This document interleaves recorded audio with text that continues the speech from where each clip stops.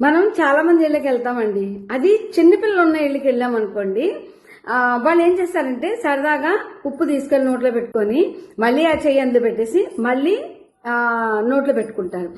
నెయ్యి కూడా అంతే. అన్నం తింటా ఉంటారు, కారంగా ఉందని చెప్పేసి నెయ్యిలో చెప్పేసి మళ్ళీ రాసుకుని తింటా ఉంటారు. అదేంటండి మీ పిల్లలు ఎంగిల్ చేసేసారండి అని మనలాంటి వాళ్ళు ఎవరిని చెప్పామనుకోండి, పర్లేదండి మా పిల్లలే కదా, మా ఇంట్లో అందరం తినేస్తాం, పర్వాలేదు మీ వరకు బాగుంది. చుట్టాలు వస్తారు సడన్ గా, వాళ్ళకి మీరు అన్నం పెడతారు. అందరూ చాలా మంది ఏం చేస్తారంటే మొదటి ముద్దని దేవుడు దండం పెట్టుకుని తింటారు, కొంతమంది పక్కన పెట్టేస్తారు ఆ ముద్దని.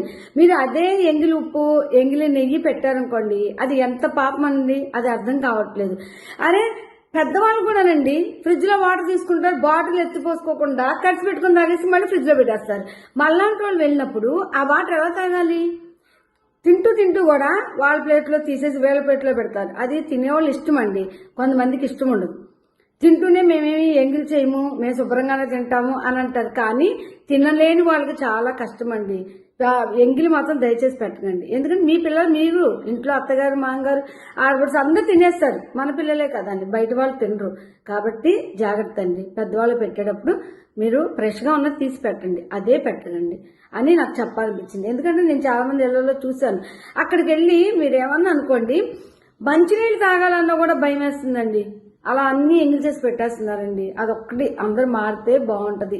ఎలా మనస్ఫూర్తిగా తినలేకపోతున్నాం, ఉండలేకపోతున్నాం. మనం తినకపోతే ఏమైనా హెచ్చులు ఎక్కువ తినదు అని అంటారు.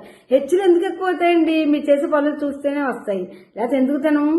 అలాంటి బయట ఏం చేస్తున్నారో ఎన్ని చూస్తున్నారంటే మనం చూడలేదు, కళ్ళతో చూసాము. కాబట్టే చెప్తున్నాను, దయచేసి వచ్చిన వాళ్ళకి మాత్రం ఫ్రెష్గా పెట్టండి, ఎంగిల్ చేసి మాత్రం పెట్టకండి.